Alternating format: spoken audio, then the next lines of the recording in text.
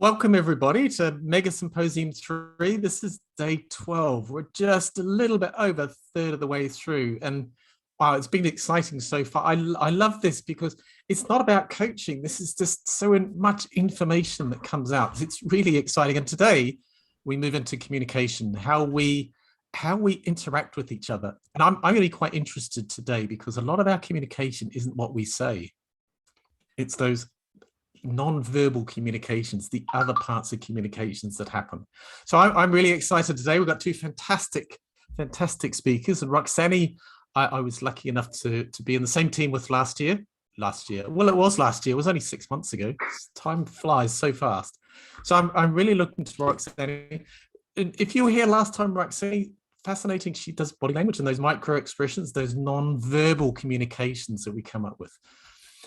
But I don't think Roxani's talk about that today. It's more about how we communicate in the words, rhetorical persuasion, how we influence people by the words that we use, the way that we use phrases. And I was busy writing out my speech, and then Roxani saw a bit of it and she said I couldn't use it. So I'm fascinated to see how she's going to use some of my speech, which is quite different to yours, Roxani. And then after Roxani, if that's not too much, we've got Sarah. Sarah's going to come along and talk to us on presenting on stage, and again how we communicate as in our language, in our body language, and it's really exciting stuff. And I think for me, this communication, a lot of it is non-verbal and it's unconscious. We don't know that it's happening to us.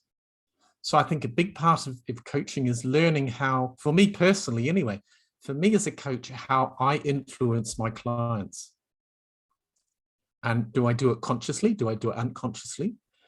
And how that dance is played out, that dance where we're not using the words, or the words we are using have different types of meanings. Rhetorical language is fascinating. Sarah's going to teach more about public speaking. Sarah's background as a life coach. I'll talk about Sarah later. I want to get on to Roxani. Roxani, without me talking too much more, it's not my day, it's your day. Welcome, Roxani.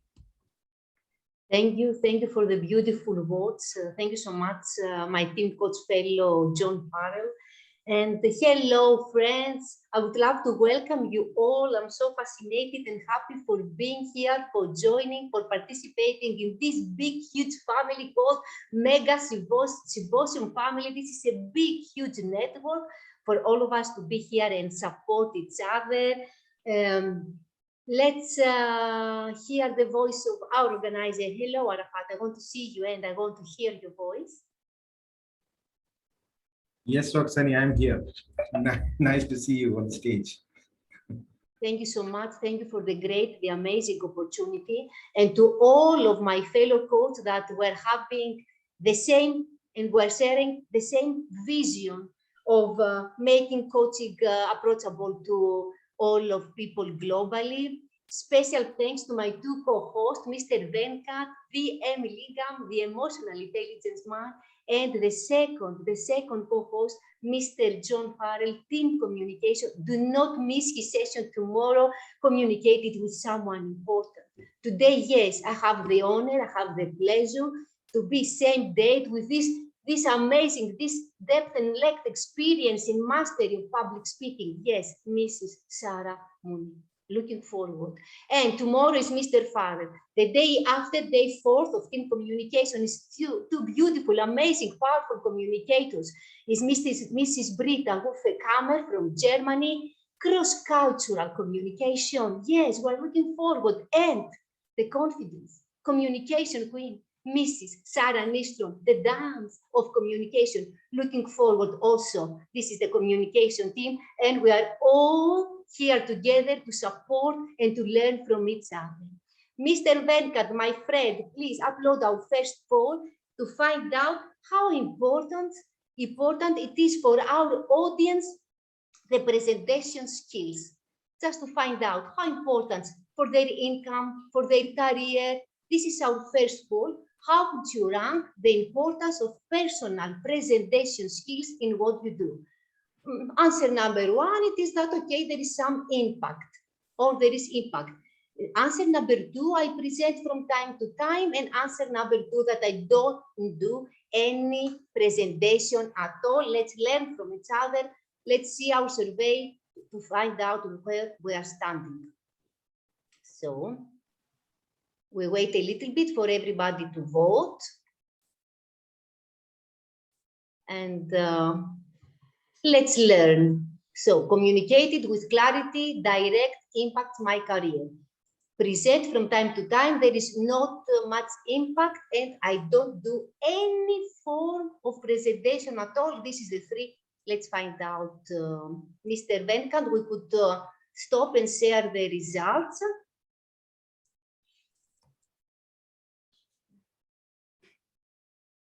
Wow, answer number one, communicated with clarity, direct, impacts my career. Okay. This is interesting. So, how would you feel like? Okay. We could also, I think we have the result. It is almost 100% that everybody is influenced and needs this information. Just a moment. Perfect, perfect. So how would you feel like it to be better by using communication persuasively? Just write on the chat box.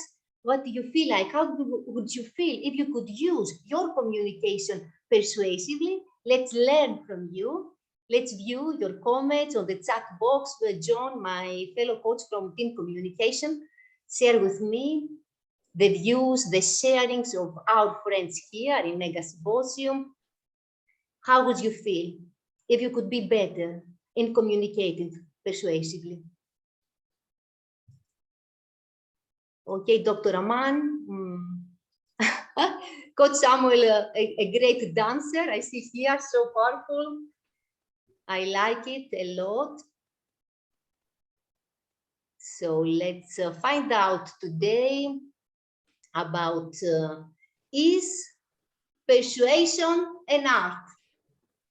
Public speaking, from public speaking and presentation standpoint. Today, our knowledge tree, it is how to put messages together to find the 5 rhetorical canons and the audience research and how to make our message persuasive. We're going to talk about the rhetorical triangle from Aristotle, ethos, pathos, logos, and to learn 7 rhetorical devices. There are much more out there. Let's set some safe rules. We're here to experience. We need a high level of respect. Everyone joins. Be present, play, and participate. We keep in mind that some people, they might face difficulties. Take away the learning. Is persuasion an art? The scene takes place under the night. Romeo is standing in the darkness, in the garden, beneath Juliet's balcony, bedroom balcony. Oh, and Juliet comes out on the balcony and she's expressing her love for Romeo. She thought that she was alone. Juliet, she's questioning and wondering. Oh, be another name? What's in a name? In which we call a rose by any other name, by any other word. Good smell, as sweet. This is part 2, scene 2, balcony scene from Shakespeare's play, Romeo and Juliet. A young couple, they will fall in love, and their parents, they force them apart. When Juliet asked and made the question, what's in a name? She didn't expect any answer. She just wanted to make emphasize that names are meaningless. This is our first rhetorical device, rhetorical question. Names are meaningless. People are not defined by their name. People are not defined by their background. People are not defined by the color of their skin. And as per Dr. Martin Luther King Jr., in his speech, 28th of August, 1963, I have a dream today that my 4 little children will not be judged by the color of their skin, but by the content of their character. Rhetorical question, we are using it because we want to give an emphasis. We want to help people to pause. It's like a reflection tool, to pause and think. We emphasize, we focus on our key argument, on our key idea, and plus we keep audience engaged. Is persuasion an art? What is the connection, me, with public speaking? I have gathered today what I have seen that works well for public speakers. I am a body language coach for TEDx Aussie UK. I'm coaching public speakers. And for the last 2 years, I'm analyzing TEDx talks to find that I came up to the 77 public speaking skills, mainly non-verbal and verbal. I'm also a speaker myself. I'm usually invited to talk about job interviews or sales executives, how to manage effectively their non-verbal. Micro-expressions trainer and a career counselor. But behind the story is lying another story, my friend. Let me introduce myself. I am Roxani. I'm 52. I was divorced since 38. I have 2 sons. Now they are grown men. I live in Greece, in Thessaloniki. For 47 years, I was like in silence. I was afraid to express my feeling, to express my face, to express my thoughts, to express my opinion. I was afraid. I have this in my mind stuck that I was afraid of other people's reactions and how they will evaluate me. I don't want them to disconnect, to displease, to make other people to feel uncomfortable. I have this fear, this discomfort around people. For the last 47 years, I'm 52, I remind you. And the last 4 years, almost 4 years, a new journey started happening for me from the moment that I took the decision to speak in public. From that moment, that was the point that a new story, I have decided a new story for me, for myself, because I have decided to trust Roxani, to be proud and to listen to my needs. And if you ask me, what do I suggest for people similar like me? Let's see at the next slide.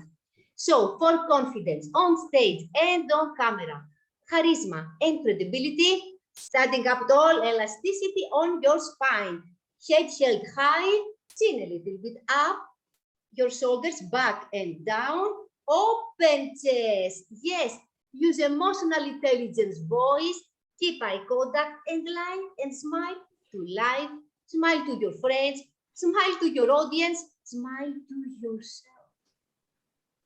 And I really know that this is uncomfortable. I have done it.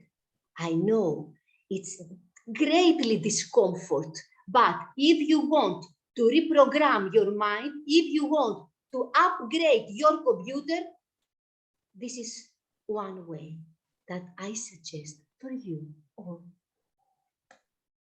What is persuasion? Persuasion, I paraphrase a little bit Wikipedia, an attempt to convince and influence someone to believe something otherwise might not.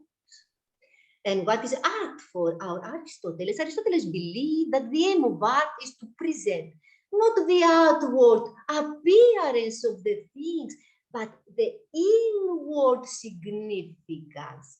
For me, if I combine them, I have the ideal public speaking definition. What we're learning today, how to put message together. The 5 canons of rhetoric. The 5 canons of rhetoric are the 5 main principles of public speaking that we are talking about, and originally came from Cicero, a Roman lawyer, a great, a masterful orator. He talked about invention, arrangement, style, memory, and delivery. Let's share about and define what does each of them they mean. Let's start with invention. But if we want invention, I have to bring something. The invention box. Oh, what should I say in Mega Symposium 3? I have this talk. I have to find. This is the pre-writing position. This is the brainstorming. Oh, what do I put right now? Let's find. Oh, I have a nice story with my son. Oh, I put it in the invention box. I have many other experience that they are appropriate for the particular audience, the particular time, the particular occasion. I put it inside. Oh, I have to find the right angle and the right perspective of my message. Put it inside. Statistics, stories, statistics. I don't think I have, but okay, we'll put it. It's invention box. I put also stories. Oh, I found some ladder. Let's put the ladder also. Why not? This is the invention box, the brainstorm. Before even I start, I gather statistics, information, experience, stories, quotations, historical events, whatever, to put it inside. Then we are having the arrangement. Woohoo! Imagine that you move in a new house and you have to put everything in order. Select from your invention book right now and put it in order. Only this, just select and put it in order. But here, there are some norms that you have to follow. Actually, the norm, the basic is the structure. Aristotle got a linear approach to structure of a speech, and that was we need the beginning, we need the middle, and we need the end. The beginning could be a rhetorical question, a historical event, a storytelling, just the beginning. The body, keep it, just wait a little bit, I will analyze it, and then it is the conclusion. The conclusion, a call to action, what is the beneficial result of the things, and so on and so forth. Now we're remaining for the body structure. Do your research. There are a lot of structural ideas and approaches. For you, today, I have picked up for my invention box 2. The first is Aristotle, beginning, middle, and end. And in the beginning, we separate it in 3 divisions. I say, I claim the problem. I say, then I share the solution, and then the benefit. And that's it. And the conclusion. This is the linear structure of our speech. But then there is another structure from Mrs. Nancy Duarte for persuasive story pattern. This is a pattern that a lot of amazing, this is the secret of a lot of great speaks that we know, like Mr. King's speech, like the chief officer of Apple speech, Steve Jobs and others. And the structure is like that. It's beginning, it is what is and what could be. What is, what could be. This is the down and upper pattern. What is the problem? What could be the solution? What is the impossible? Is possible. What is the information? What could be the insights? So we are playing a dance between what is, what could be during the main body and the structure of our speech. This is the arrangement. You can go do your survey, your research. I recommend, this is the first book that I recommend for this session, Resonate, for Mrs. Nancy Duarte. She's also a TEDx speaker. 11th of November for 2010, he spoke about different speeches structures, and also she analyzes Steve Jobs' speech. She analyzes Dr. King's speech, so she's a great lady. She's an American author. Her book is so big, Resonate. I recommend. She shares insights about how to create also story. So we do the invention, we do the arrangement, we share some tips about structure, and now we go to style. What is style? If you invite me, please invite me to your wedding. Call me to talk about the bride and the groom. Call me. I will use a romantic tone. This is style. What style? What language I use? I might use some metaphors, some similes. I might use some anaphora. I might use make some repetition. The style, the language. But if the mayor here in Thessaloniki called me to talk about poverty in Thessaloniki, I will use more emotional language, more emphatic. In contemporary rhetoric, when we say style, it is the videos, the sound drugs, the audio, all this audio thing and mechanics, the sounds that we're using also to present. This is applied to the style. And now the memory. Who remembers all that speech without looking even a note? How we do it? The memory. The ancient Romans and the ancient Greeks, they talk till 7 hours, 5 hours in a row like that, without even any notes. They have a lot of mnemonic devices. Okay. In contemporary rhetoric, memory is actually the preparation, the rehearsal, how we are doing this. We can have our manuscript, and it's also something else. Our cards notes. This is our cards. Advice, please, when you go to a formal event, in public, on stage, use the professional, put the logo behind of the card of the organizer, and then to keep your notes cards. In this memory, it's also good to be aware. It's another reason that it's not why to adapt and memorize all by heart. It's also good to be elastic and adaptable, because now I'm getting feedback from your faces. I'm getting that feedback. That means that I have to be elastic and adaptable to the audience feedback, because the capacity of the audience is great. It's big, it's huge. So is persuasion enough? Let's go to delivery. Delivery is the non-verbal 100%. It's only non-verbal. Here we are talking about non-verbal. And this is, before I come to the symposium, I was thinking around 2 weeks ago, do I stand up? Do I sit down? What I'm going to do? And I have chosen something in Mesotitas, per Aristoteles, in the middle, a big chair like that tall. So it's something between and standing and sitting. So this is my choice. I have to choose. I have to be conscious about my non-verbal. Do I speak loud? Do I speak? What is the pace? How I do? What is my body gesture? My facial expression? This I have to decide before in advance. And yes, this is the 5 principles of public speaking and presentation. Let's share some more tips about delivery, about non-verbal. Be the observer of yourself. Observe also the feedback that you are getting from the audience during your delivery. Observe your filler sounds, your body look down. Observe the lack of gestures. Yet we don't need chaotic gestures, just harmonical gestures. Open the body posture. If I open also my hands, it's also automatically giving a signal to my brain, and I feel relaxed because I have the strength to open my posture. Observe your voice. Is it monotonic like a robotic doll, or there is climax variations? Instead, use strategic poses. Use open body posture, factional gesture. Let's stay here in the factional gesture. I have a big idea.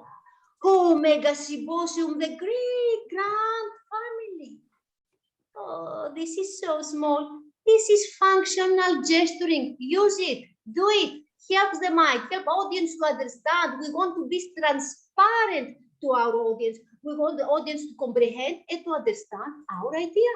This is the point. If they don't understand, what is the point? Smile and keep eye contact.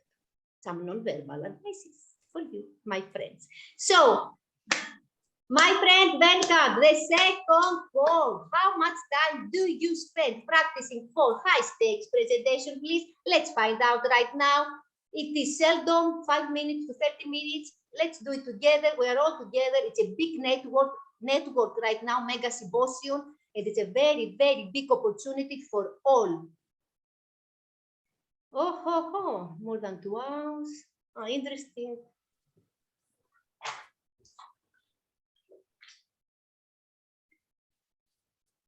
Okay, there is some changes right now, but I think that more than 2 hours is 66%. Oh, so interesting. We keep this in mind. So 65, around 60%.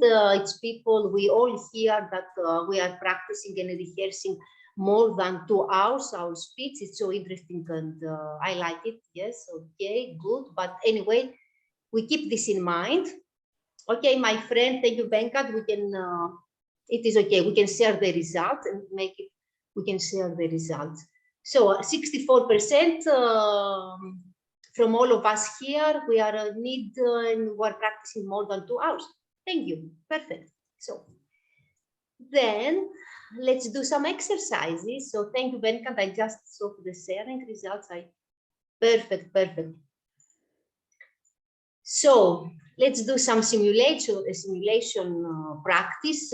For this session, for this purpose, I have created 5 exercises. This is the first 3. The participation is going to be at the end, at the last 2 exercises. This is like for you to understand and to give you some exercises to do during your rehearsal. So thank you for sharing the results, my friend. Thank you so much. Okay, 64% more than 2 hours. Yes. Okay. So out loud. This is the first exercise, out loud. So we are having here the rhetorical canon. This is the first, the invention. This is the second step, the arrangement. So at the second step of the arrangement, in order to have in-depth understanding what fits where, we use out loud. We start the rehearsal. This is the point now that I'm arising. We start the rehearsal and talking out loud during the arrangement process. This will help us to understand where fits what, in-depth understanding. It's not the same like on the paper, so it's better to start from this pre-level, let's say, before we organize everything, to start, speak out loud. This is the first exercise that I recommend. The second exercise is the exercise as if. If I am on stage, I will break it down into 2 sections. Let's say that I practice and I'm going to talk on stage, to speak on stage. Then I will go as if in front of the mirror, and I will do my practice as if the audience is in front of me, as if the audience is looking at me in the eyes, as if. This is the exercise. I have to finish the 5 rhetorical canons, then to be ready, decisive, and then I do the as if. This is the rehearsal. If we want to elevate our rehearsal to have a more dynamic exercise, then it's easy. We just voice record ourselves or we video scope. Now, let's say that we are live on camera, like now, that it is an online webinar. If it is online, it's easy to just open a Zoom account and you just see yourself talking in front of the audience. Yes, do this, voice record again. By voice record, you can do also the works at house and listening also to yourself. So this is what I suggest. And for people that are more kinesics, I suggest to, in their mind, just to say that I'm, for example, when I am walking around the room, and to imagine and to share the introduction, let's say in their kitchen, then to share the middle body in their bedroom, in the living room, to share other things. So to make for each bedroom, to make this, to place their mind and to adapt it, adjust it, align it with one part of their speech to help them. So they have to move. Some people, they need to move in order to remember and have this mnemonic device. What else? The last exercise, it is the visualization. Visualization. Olympic athletes use visualization in order to improve their performance. Why not? We have the imagination. Why not to use our imagination in order to enhance and to elevate our performance? Nights before, we could sit in a nice, relaxed, quiet place, close our eyes and visualize. Visualize what? The optimal environment. Optimal visualization. Visualize the applause.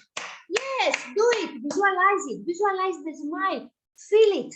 And rehearse in your head the whole script. Rehearse. Make the rehearsal, the introduction, the highlighting point of your speech and the conclusion.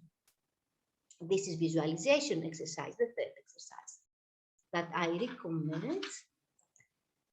And now we go to the hero. Who is the hero? Who is the hero of our speech? Our audience is the hero. The capacity of the audience. The audience got free will. The audience got knowledge. The audience got feeling. The audience got values. The audience got, they know, they have the experience. There is a great capacity. How the audience will receive the reception of our message. That's why we need to tailor-made. We need to customize the message. In particular time, in particular occasion, in particular audience. There is a great connection between three: audience, message, and speaker. How we do this? How we do this audience research? In a glance, we might say it is the age. Are my audience senior? Are my audience generation Alpha, generation Z, generation Y, generation X? What is my audience? This generation got particular characteristics. This is at a glance. Are more women? Are more men? What are the characteristics? What is the background? This is the first research.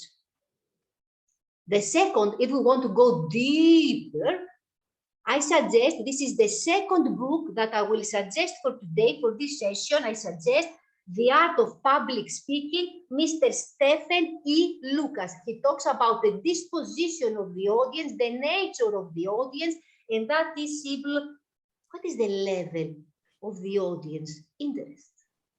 For example, are they there? They show up because it is the job training process, so they did it like that? What is their knowledge? What is the knowledge of the audience? Do the audience is familiar about what I'm talking about or not? And the last is the attitude. What is their point of view?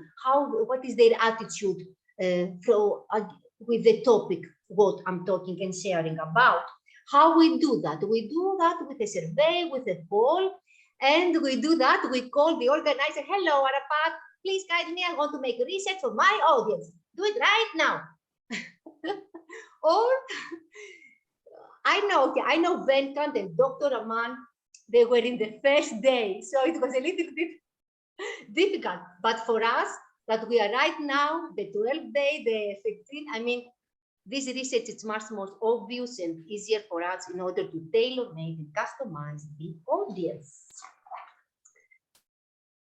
So, Mrs. Malala Yousafzai, 2014 Nobel Peace Speech Acceptance. Last year in Mega Symposium 2, I talk and analyze her non-verbal communication. This lady, for me, this legacy, this person, there is a deep coherence between the verbal and the non-verbal. And when I say verbal, non-verbal, I mean also the spiritual, I mean also the emotionality, I mean also the physicality of this person. So there is absolute harmony, synchronicity, harmony, ideal. This lady is like nature. Her speech, the acceptance, is like I see the nature in front of me. Total ideal harmony. Is persuasion and art. Ethos, logos, pathos, the triangle from Aristotle.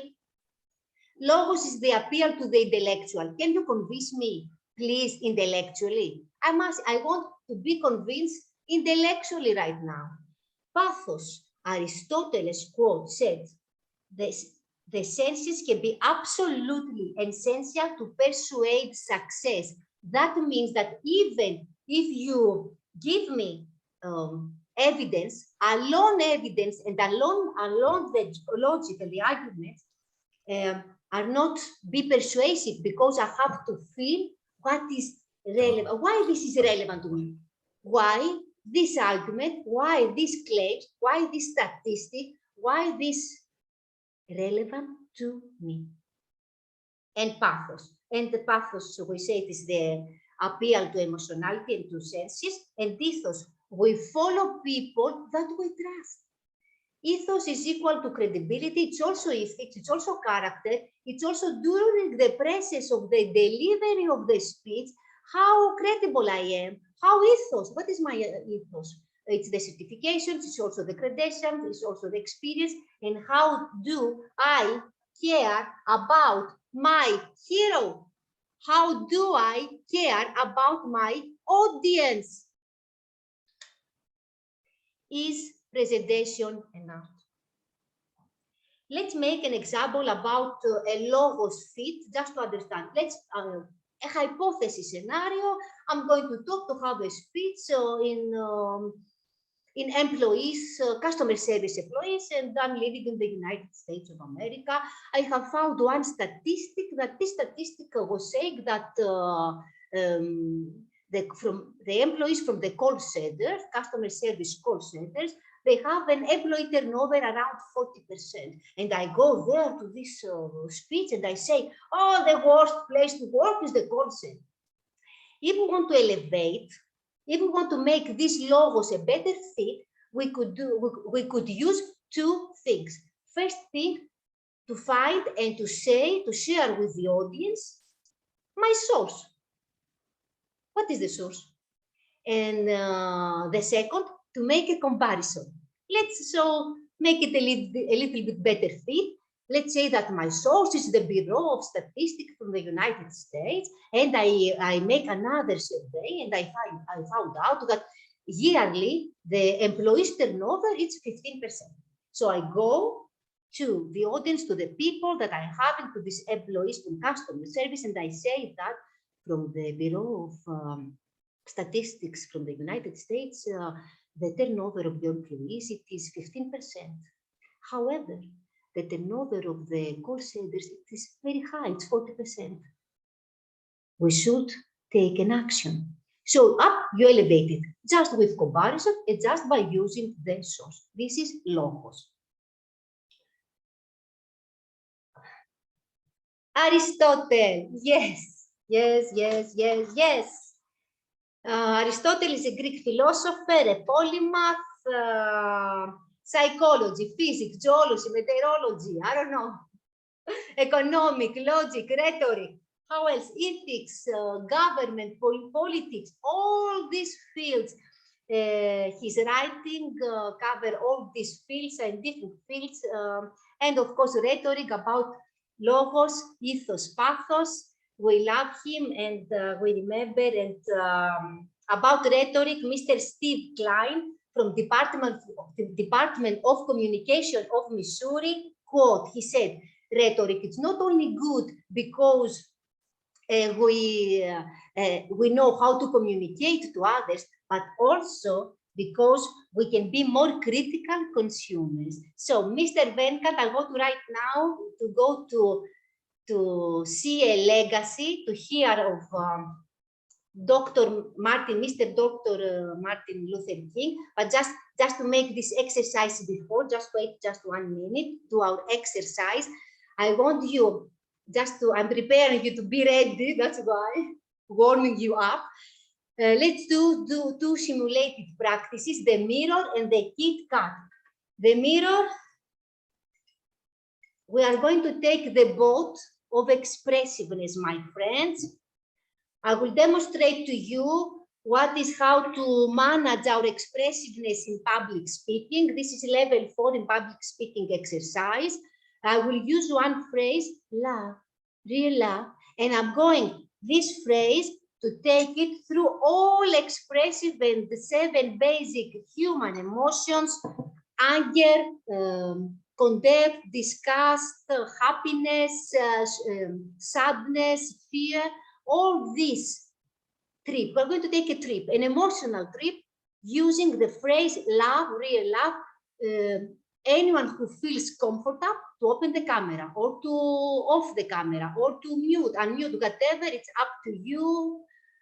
For me, I will demonstrate it, so I will do it. So our first stop, it is anger. The phrase I repeat is love, real love.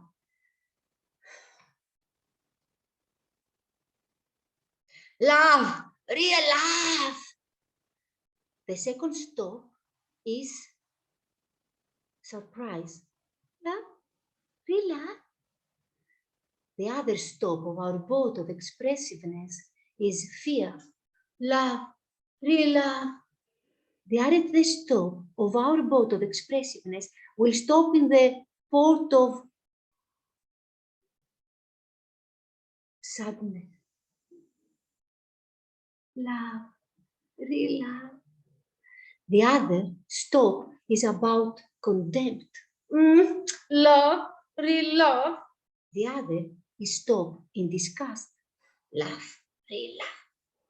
And the last, I left happiness on pause, because if you want all to participate, to unmute yourself and to say all together, love, real love. Love, real love. Yes, this is an exercise in order to embrace our expressiveness, to embrace our emotions, and to know how to manage, always for the benefit of our audience. The second, it's a rhetorical game that we're going to do it. It's the Kit Kat game. I will say first part that is kit, and you will complete the second that it is cat. I will say, for example, Coca, and you will say cola. So Coca-Cola, we're going to play rhetoric right now, rhetorical devices. And if you are ready, let's get started. So you can unmute or you can write on the chat box, whatever feels convenient and comfortable for you. So Kit, you can unmute. Cat. Cat. Coca. Cola. Coca-Cola, exactly. Wait. Waters. Okay, maybe this is for me. I was on diet. So I know Weight Watchers. The other is bed bath and Bite. Bed Bath and Beyond. It's a brand. Okay. Whispers, words of wisdom. Ta-ta-dan, ta-ta-dan. Let it be. Okay. I go to another song. I need a rhyme right now. Sweet dreams are made of these. Made of this. Oh. Yes, exactly. This is a rhyme. The eyes are the windows of the Heart. The So, heart of the soul, exactly. And like father, like Like sun, like Son. son. Yes, exactly. So we just learned, we have already learned rhetorical question. Just in these 2 minutes, you learn a metaphor. The eyes are the windows of the soul, of the heart. You met another rhetorical device, parallel structure, like father, like son. You learned Coca-Cola, Kit Kat is alliteration. The first letter or the sound of the words that are close to each other, it is a sound rhetorical device. This is alliteration. Usually we use it for consonant. And you learn also rhyme. Sweet dreams are made of dreams. So this is the vowel sound, the rhetorical vowel device. So we use a vowel in the same equal sound. These are 2 exercises you can try at home. Now, Mr. Venkan, please, we come to the 28th of August, 1963, Washington, D.C., Dr. Martin Luther King. I have a dream speech. 1,667 words. We're going to 70 minutes long. No, today, now, for this purpose of this session, we're going to listen to this legacy 1 minute and 34 seconds, and then to analyze, to find ethos, pathos, logos, and some rhetorical devices for today. Thank you, Mr. Venkamp.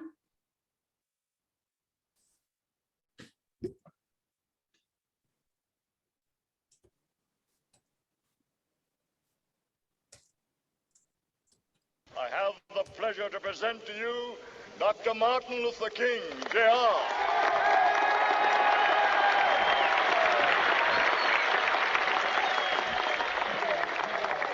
I am happy to join with you today in what will go down in history as the greatest demonstration for freedom in the history of our nation.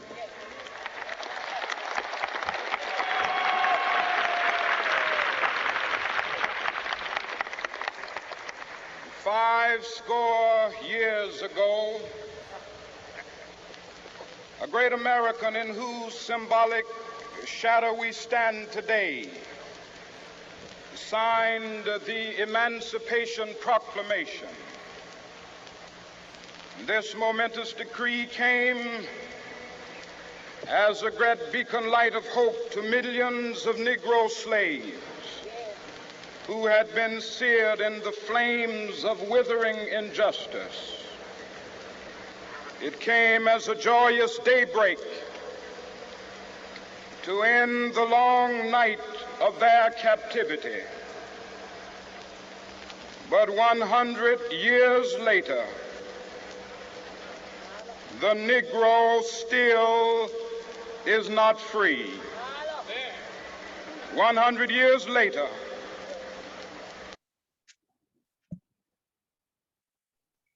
Thank you, my friend. Thank you so much, Venkamp. Thank you, John. Venkamp, I would like at this point just to upload all the PDFs, rhetorical that we're having, and we are prepared for our friends. The 3 PDFs, the free webinar, and also about the structure of the speech to our audience right now, if it's possible. And let's analyze this legacy, the non-verbal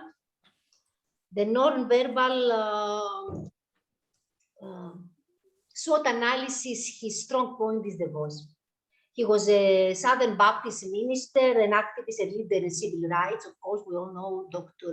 Mr. King. And the non-verbal eye contact. Yes, he got eye contact. Physicality, physical gestures. He got gestures, few, not so much, yet powerful and dynamic, especially on the 39th paragraph. Of course, I encourage you to go and watch the speech. The 39 to 40 paragraph, he opens his arms like a father. It was the bliss moment when he's saying, free at last, free at last, almighty, free at last. There he's opened his arms. There is the big hand gesture. During the other speech, the 16 minutes, it was more few and more dynamic. The strong point, it was the voice. The voice, there was a nice climax, down and up, low and up, loud voice with a nice rhythm and pace. He was playing with this. He was a very good, clear voice, very good pace, rhythm, passion, and climax. This is the non-verbal analysis for the moment. And let's go to see what is the ethos, the appeal of ethos, of logos, and of pathos to this 1 minute and 33 seconds that we have heard. Ethos, only from that he was sitting under the shadow of the Lincoln's memorial, person that he has found about the civil right, the people right, only this, the place, the particular place, it's an ethos appeal. Now, another ethos appeal is that his first sentence, it shows our unity, a unity stand. He came there to express that he's against discrimination, to speak about freedom, the unity, the first, the open sentence. It's so clear statement. I'm here to talk about freedom, justice, equality. That was his first, the opening line. And this is appeal to ethos. Then about logos. Logos, he said, he used common sense. 100 years later, still, they don't treat nicely. Still, This is common sense, 100 years. What is happening? And also, he was talking about Emancipation Proclamation. So again, this is a logic appeal to the audience, and pathos. Pathos, he used metaphors in order to emphasize, to be more emphatic about contrasting concepts. He used very visual scenes and emotions. They are in front of us. And he was using, let me find my note, joyous daybreak to end the long night of captivity. Also the word joyous and long is an amplification. Amplification is mainly to adjectives. So this is another rhetorical device. So metaphor, amplification, anaphora. He used anaphora. Anaphora is that within his paragraph, the opening is repeating same phrases. For example, because the Armenian have written it here, it is 100 years ago, paragraph 3, 4 times. He repeated 4 times. Now is the time, paragraph 6, he repeated 4 times. And then we have a lot of repetitions. This is a lot of repetitions. For example, keywords, he repeats keywords. Nation 10 times, we 30 times, freedom 20 times, dream 11 times. Parallel structure from paragraph 16 through paragraph 24, there is a parallel structure. I have a dream. I have a dream that one day this nation, I have a dream that the red hills of Georgia, I have a dream that my 4 little children, I have a dream. Dr. Martin Luther King was his legacy. He took a lot of risk to take his message out. And I encourage you to share what you love, to share what you believe, to share your gift that the God has given to you, to transform your world. I encourage you to go and change your world with sincerity and passion. Thank you. Thank you very much.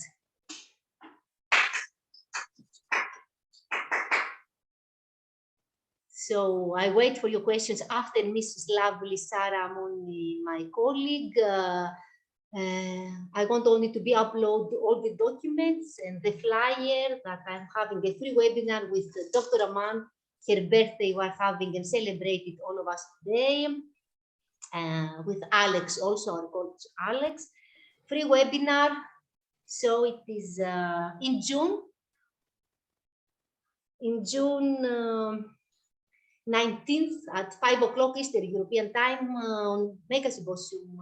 On Mega Symposium Facebook, we're going with Dr. Aman, my friend Dr. Aman, we're going to upload the Zoom link.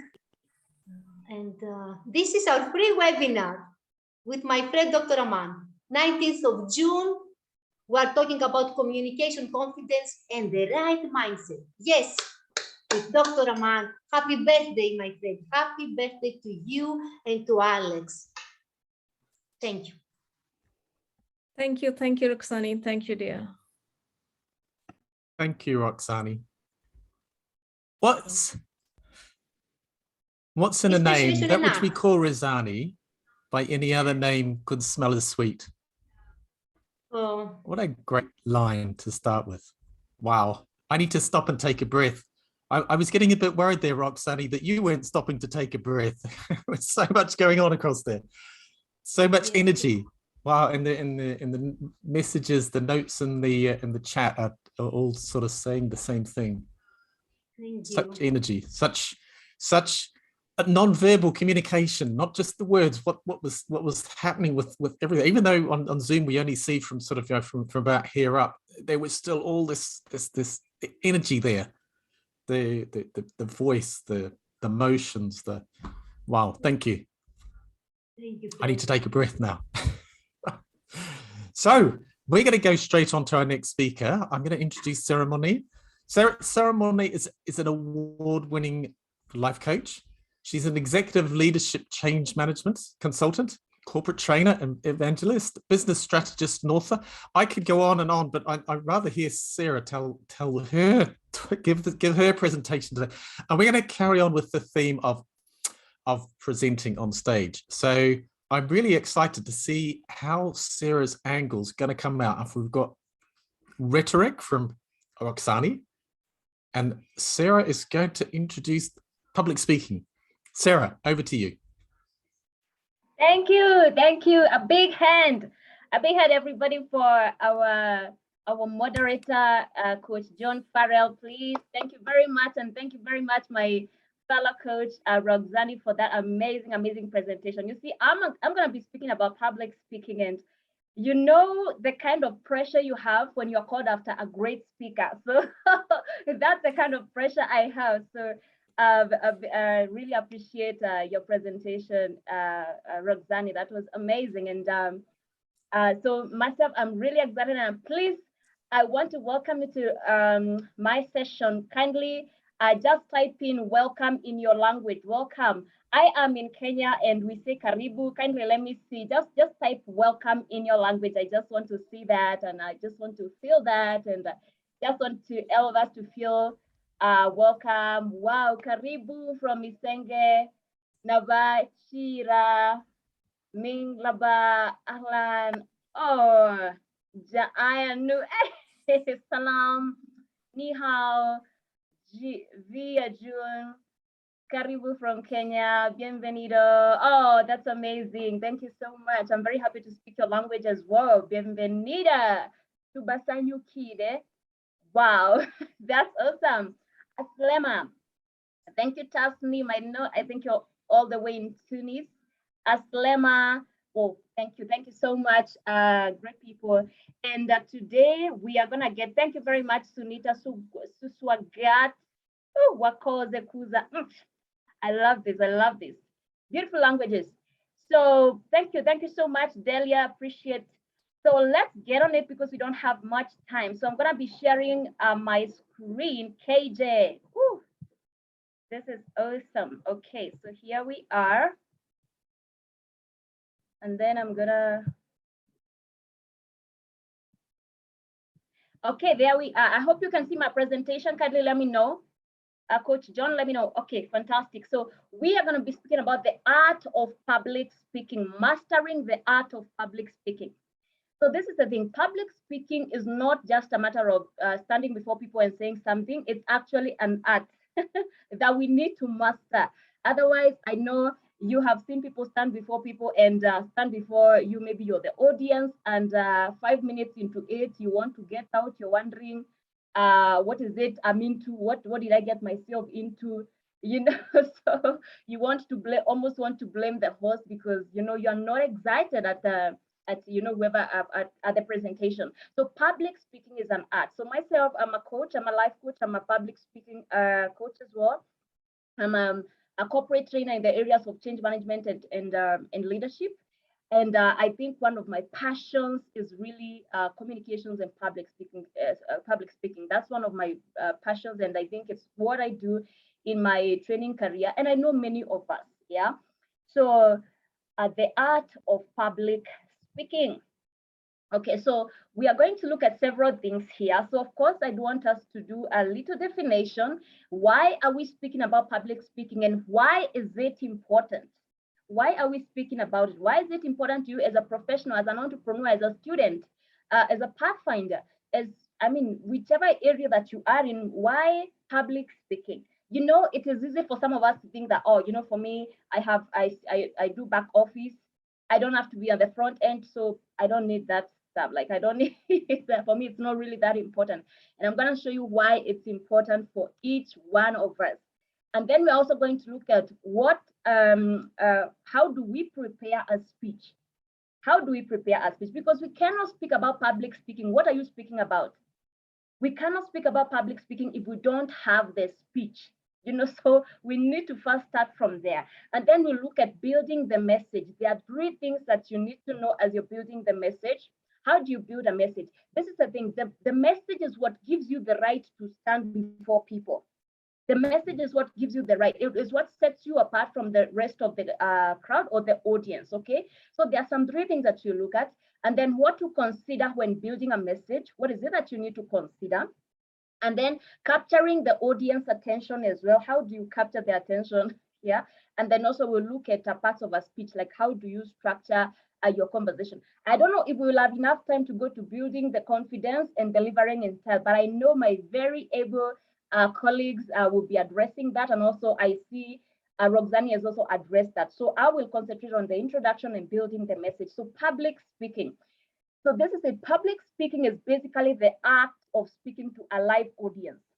And there are many of us who say, oh, for me, I've never spoken in public. So for me, I'm not a public speaker. I want to submit to you that each one of us is a public speaker. If you have ever spoken before 3 people, you are a public speaker, because 3 people is a crowd. 3 people is a crowd. It's just that you are not very much aware, when now we see ourselves standing before people, all of a sudden we're giving a speech, that's when the fear comes in, or you start looking at it as public speaking. But 3 people is a crowd. If you have spoken before 3 people, you have done very well. And if you have spoken to 3 people, you can speak to 100, you can speak to 1,000, you can speak to 10,000, you can speak to millions.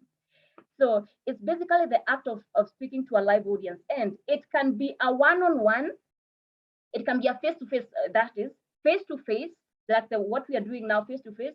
It can be you are on TV, or you are doing an interview on TV or radio. It could be on media. It could be like what we are doing right now. This is public speaking. Yeah, so it could be in anywhere, whether it's face-to-face or not, or it's just like TV, everyone is behind the screen, like now. It's still public speaking because you're a live audience. Okay, so how many of us have ever spoken to an audience and you found them looking like this? Maybe somebody can just tell us, these people, what do you think these people were thinking about or were feeling? Do you think they were very inspired? Do you think they were very happy? These are people who seem to be in a meeting, in a conference like this, and then I think 10 minutes into it or 20 minutes into it, this is their body language. Yeah. So just write in the comment section and let's see, what you think. These people are feeling. Are they very inspired? Do you think they really want to continue listening? Let me know. Let me see what you think. If you think these people are happy, inspired, or what do you think was going on? You can tell me, Coach Farrell or Coach Roxani, any responses we have? Bored, tired, lazy, not interested. Yes. Yes. I'm looking for my smartphone. Yes, exactly. Yes, so of course they don't look very impressed. They are very bored and they are wondering, when will you be out of that stage, so that first of all you stop embarrassing yourself and you stop wasting our time, possibly. That's what's going on in their minds. So that's why I'm saying public speaking is an art. And it's an art, and that we are going to be looking at, so that now we have our audience looking like this. So this is what we want to achieve, at least. Yeah, we want our audience to be clapping, happy, and inspired, and that they want to come to you. They want to know more about you. They want to connect with you more. They want to connect with you and even give you some more opportunities. Yeah. So public speaking has the power of turning a common man into a statesman. And I know we can speak about Winston Churchill, Nelson Mandela. This is Nelson Mandela. We have spoken about Martin Luther King. Many people, many of those personalities, Barack Obama, all of those personalities, Mother Teresa, all of them, they were made by speeches that they made. I mean, everybody says, Martin Luther King said, I have a dream. Anyone can say that. Anyone can say that. But I think I went to a conference somewhere and somebody was telling people, say, I have a dream. And another person was telling them, no, it is Martin Luther who said that. Please, say yours. Because it's almost synonymous with him. I have a dream anyone can say that. I mean, that's English. But it is synonymous to Martin Luther. He was made by a speech that he made. Winston Churchill stood one time and gave one of the most famous speeches, and he said, never, never give up. I think it was a high school, and he was invited as a speaker, as a guest speaker. And, people are thinking, that he's going to give a very huge speech, and he just stood up and said, never, never give up. And now the BBC guys or the media people, they started thinking, oh, now he wants to start. So they were now focusing nicely. The man had finished the speech. Never, never give up is one of like the famous speeches. He was made by a speech that he made. So public speaking has the power of turning a common man into a statesman. And now right here in this symposium, we are creating statesmen and stateswomen.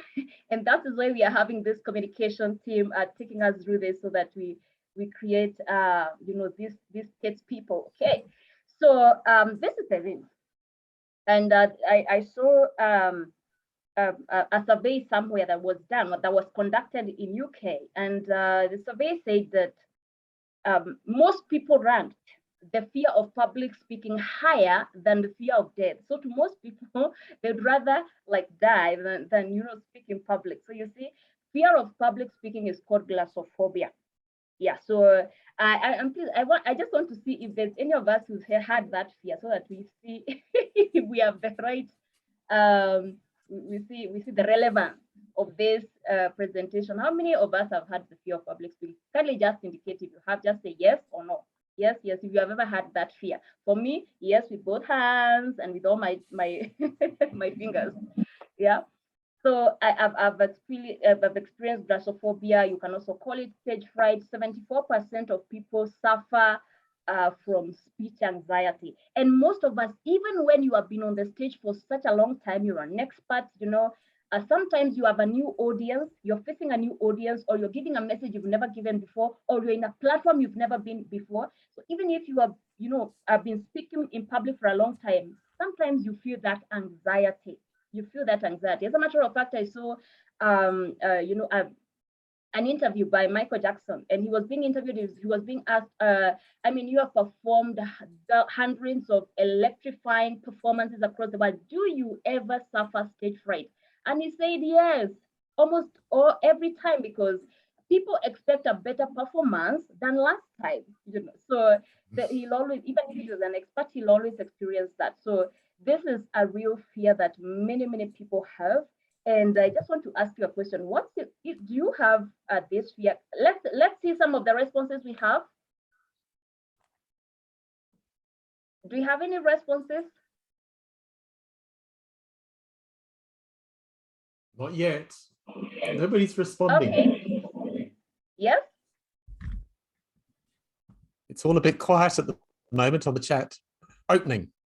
Ahmed is opening. Sorry, I can't hear you. Losing credibility. That's a good one. Yes. Not sure about the topic, how to open the topic, or forgetting this topic. I've done that once. I've lost my notes. That's terrible. Yes, that's a good. What's your greatest fear when it comes to public speaking? Yeah. My laptop not working. I know, or I'll forget. Many people will say, actually, what if I forget what to say? That moment when you stand up and your mind just sits down and you're blank, or you are just, in the middle of the conversation or your presentation, and then all of a sudden somebody enters the hall, or somebody leaves the hall, and you're distracted and you lose your track of thought, and you start saying, you start with a filler words, and it's not very inspiring. So and that's interesting. I wanted to know what's your greatest fear in public speaking, but I know one of the greatest fears in public speaking is what if I forget what to say? And that is what we'll be looking at. How do I make sure that I know I have my message? Because we said the message is what gives you the right to stand before people. If I didn't have a message today, I would have no business being here. If Roxani didn't have a message, she would have should have had no business being here, teacher, because it doesn't have anything to tell us, So we'll be speaking about how do we build the message, yeah, and so that we're able to, look at this fear and overcome it, yeah. So if you've ever had stage fright, I think you started at the right place, or you are at the right place, because these great men you see here, this is Abraham Lincoln, You can see Warren Buffett there. You can see Wolfgang Amadeus Mozart. You can see Mahatma Gandhi. All of these people they are great public speakers in their time. Some of them are no longer living, but in their time, you know, they were really, really great men. And they all suffered, or at least had or suffered stage fright, you know, but you know, that didn't hinder them. Yeah. So why public speaking? Why are we speaking about public speaking? Why is it important? So first of all, with public speaking, you are able to, when you master public speaking, you are able to communicate more confidently. You can communicate more confidently. And when you communicate confidently, you feel good about yourself. You actually then feel empowered. Yeah, it's so fulfilling when you are actually able to put what is it that you have in mind, and you're able to put it out well, and then people can get it well. You feel, you know, you feel confident about yourself, and that's good. So you can express yourself better. I don't know if you have ever left the stage, or you are supposed to give, you are giving maybe a presentation, or you are giving a view of something, and then just when you sat down is when you remember, oh, but I should have said this and this and this, but I should have said this after this. All the important points flew when you stood, and they came back when you sat down, and you don't have another opportunity to come back. You know? But when you master some of these skills, you can be able to express yourself much better, and you don't leave the stage feeling, oh no, I should have said this, I should have said that. And then if you can speak in public, you can influence decisions. As a matter of fact, we say that if you can speak in public, if you can speak, if you can speak, you can motivate change. You can influence, sorry, if you can speak, you can influence. And if you can influence, you can change the world. If you can speak, you can influence. And if you can influence, you can change the world. And you can motivate change. You know, you can easily assume leadership. You see the language of leadership. We just had the leadership, you know, our panel of leadership experts, you know, take us through the last week, you know. And the language, and they'll tell you, the language of leadership is communication. If you cannot communicate, you're not in leadership. You are about to have a very hard time. So you can easily assume leadership. And then also you can increase your chances for opportunity or business, because you can express yourself well. When we go to a networking meeting, you are able to stand up and express yourself. This is what I do. I help companies and organizations do 1, 2, 3, 4. You can express yourself better. You can be able to use the power of your voice to attract opportunities to you, to your company, to your business, to your profession, to your career, to your life. Yeah. So these are some of the few reasons. I mean, there are many, but these are just like a few why public speaking is important for each one of us. Even if like your day, you are more of an introvert, or you have desk job, or you are back office. This is why it is very important, even for you. So public speaking, basically, I want to say, before I even go to this slide, there are 3 things about public speaking in a nutshell. It involves, first of all, building the message. That's the first thing, building the message, because we say that's what is giving you the right to stand before people. 2 is about building the confidence, because it is one thing for you to have the message. It is another thing for you to have the confidence to deliver that message. You may have the message, but you know, you didn't have the confidence for it. And then number 3, how do you deliver in style? And I think Roxani has covered some of that. How do you deliver in style? That's the third thing. Anything that you have ever seen go wrong in any speech or somewhere that you were, and you think, that speaker no, or that presentation just didn't, you just didn't like it. It had to do with these 3 things. Either they did not master the message very well, or they did not have the confidence for it, or they did not deliver in style. It was just plain like that. So there's some 3 things now when it comes to building the message. Number 1, what you want to do is you want to get into the message. When you're building a message, you want to, first of all, get into the message. And that is where we say you need to thoroughly prepare and research for your message. You need to do that. As a matter of fact, Dale Carnegie, I think, is one of the gurus in public speaking. I think I'll show a slide next about him. He says that only a prepared speaker should be confident.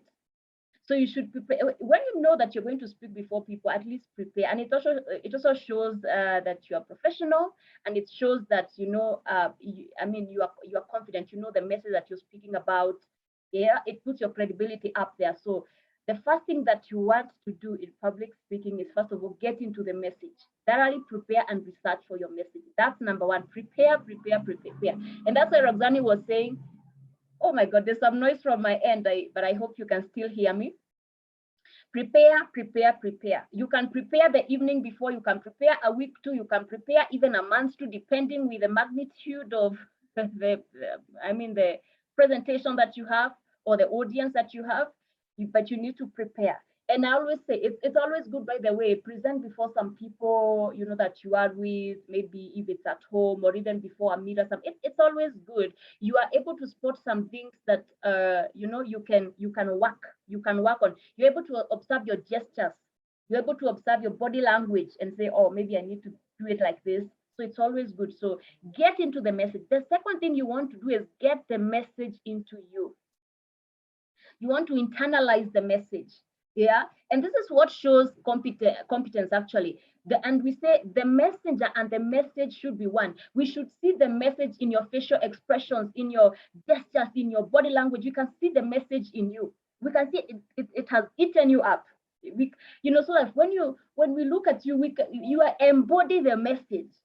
I mean, for that you are able to win the crowd or carry the audience with you to every height that you want to take them. So you want to get the message into you. You don't want to sprinkle to people. You sprinkle to, and especially this is important, and especially if you're doing like the off the cuff, you're not really looking at notes, so you really need to have your message at your fingertips. So get the message into you such that when we see your body language, we can feel the message, we can touch the message. You're the substance of that message. Get the message into you. That thing you want to do is, and this is why you're here or you're speaking to people, you want to get the message to the audience. You want to do that. So you want to deliver the message to the audience in a way so that the intended message gets home. The intended message gets home. I know there are times that I have spoken, before people, and I feel like, oh my God, but I should have also said this. But I should have said it in this way for it to be more impactful. You need to make sure that the intended message goes to the audience.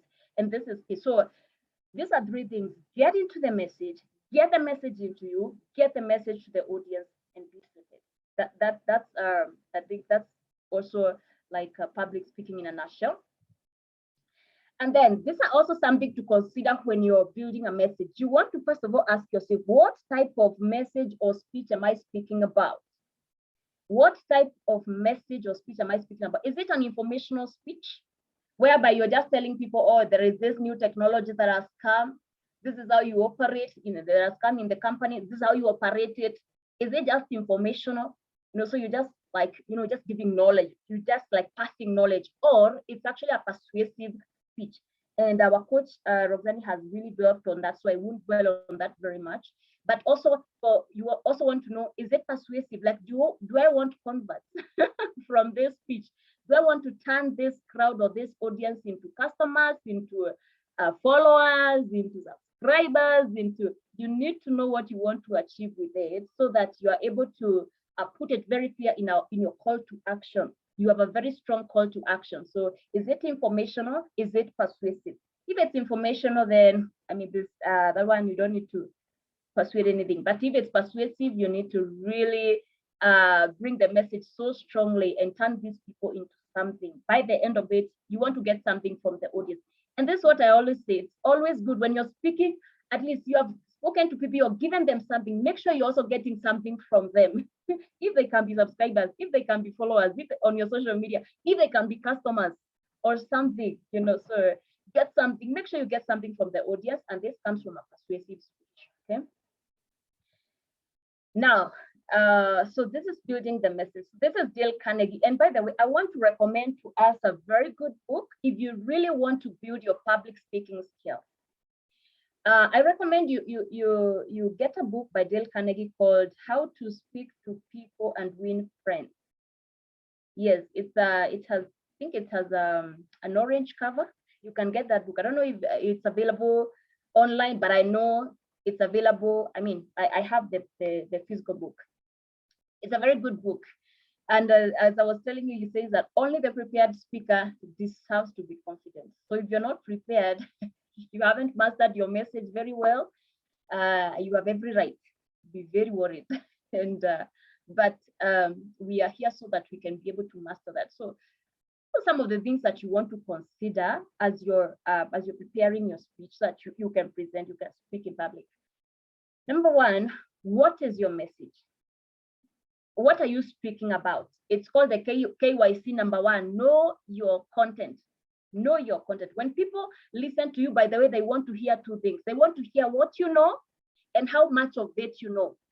People like listening to people who are intelligent, you know. So what you know and how much of it you know. That's what people want to, and how much of it is really their competence. So you need to make sure that at least, I think I've spoken about it a little bit, but know your content. Prepare, we have said research, prepare. You need to do all of those things. And if possibly you're called to speak on a topic that you're not conversant with, that's, you see, the kind of preparation that you need to be able to do. At any point, by the way, when you're speaking, you'll always find people who are more knowledgeable about the topic than you. Sometimes you will have to lecture students who are even more knowledgeable than you. Sometimes you have to teach people who know the subject more than you. People know stuff. And this is the digital age, this is the information age. The problem of this age is not information, is the application of it. People have this information. So as you're speaking, you need to know, you need to be, people need to hear the depth. They want to also hear the depth, because that is also what gives you credibility, yeah? So what is your message as you go to speak? What are you going to speak about? Okay, KYC number one, that's the message. Two, KYC number two, know your customer. Who are you speaking to? Who is your audience? Because there are some things, even, let me say, even some jokes that you can't tell to a certain audience, but you can tell to a certain audience. You need to know the audience. Are they corporate business people? There is a corporate language that you need to use. So are they just entrepreneurs? There's some of those words for entrepreneurs, like funnels, what? I mean, there are some of those words that will be relevant for entrepreneurs. Are you speaking to youth? You know, because there are some of those, some of those words that you use if you're speaking to youth.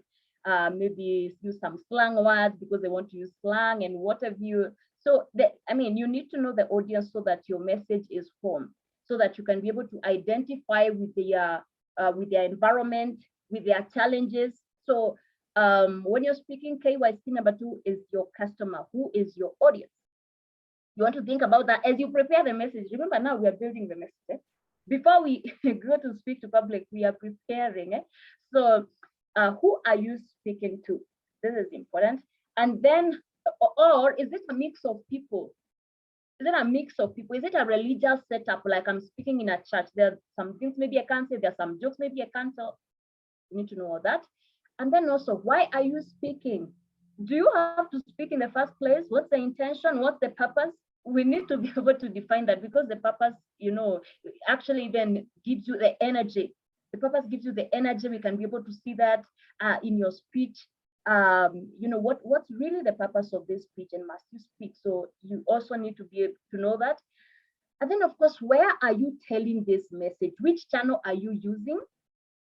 So is it an online meeting, or is it a one-on-one, a face-to-face meeting? You need to know where you're telling, or is it a TV presentation? Is it TV? And for TV, you're not having your notes. You better know your stuff. So because questions will come from left, right, center, and you better know how to respond nicely. So you need to know like which channel will be used, you're going to be using. So where are you telling it? And of course, the last one here is, when are you speaking? That is the timing. There are things you cannot say at the beginning of your presentation, but you can bring them. You have to start from somewhere, take people on a journey, and then you get there. So you need to know the timing. When do I say this? After what? Like that. So the timing is always important. And then, I need to move faster. So when you're preparing a speech, so how do you make sure that it flows, and how do you even start? So when you look at this audience, how do they look? Are they, we are speaking about now how you grab people's attention. How does this audience look? Maybe you can just respond. Are they interested? Are they has somebody grabbed their attention? Yeah, maybe you can just respond. Maybe you can just read a few responses there, Roxani or John.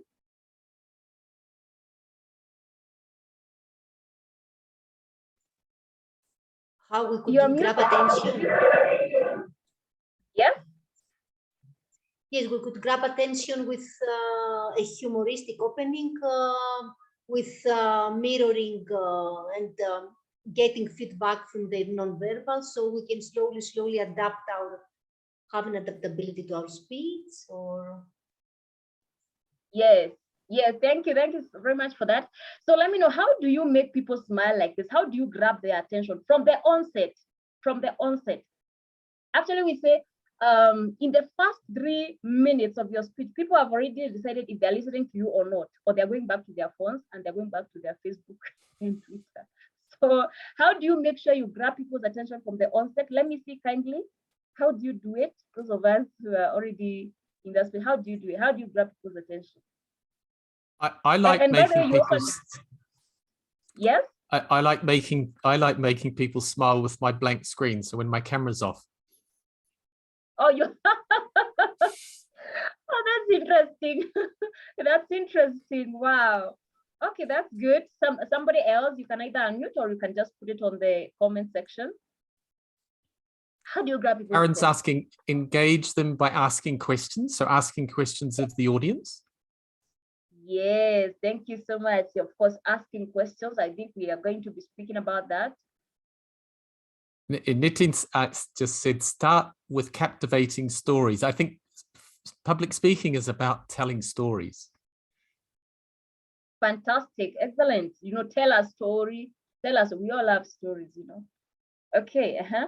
So thank you so much for that. Of course, you want to see an audience who are, when you start to speak and your people are looking at you, they're excited. So what do you do to grab people's attention? Now we are still in the speech. We are still preparing the speech. We are thinking about that as we prepare, and it's always good to think. It's always good to think that as part of your speech. So these are some of the things you can do to grab people's attention. They are grabbers. Yeah. So of course, number one is questions. I think somebody mentioned that. And the question is very important. If you just wake up and say, did you know, before you even introduce yourself, did you know that 1, 2, 3, 4, 5? Have you ever heard?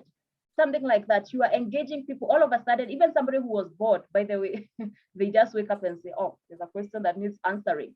Yeah. And then the other thing is, as a speaker, you need to know, sometimes you can be called to speak after a very, sorry to say, but boring speakers, a speaker who was not very inspiring, and the energy of the people is just low.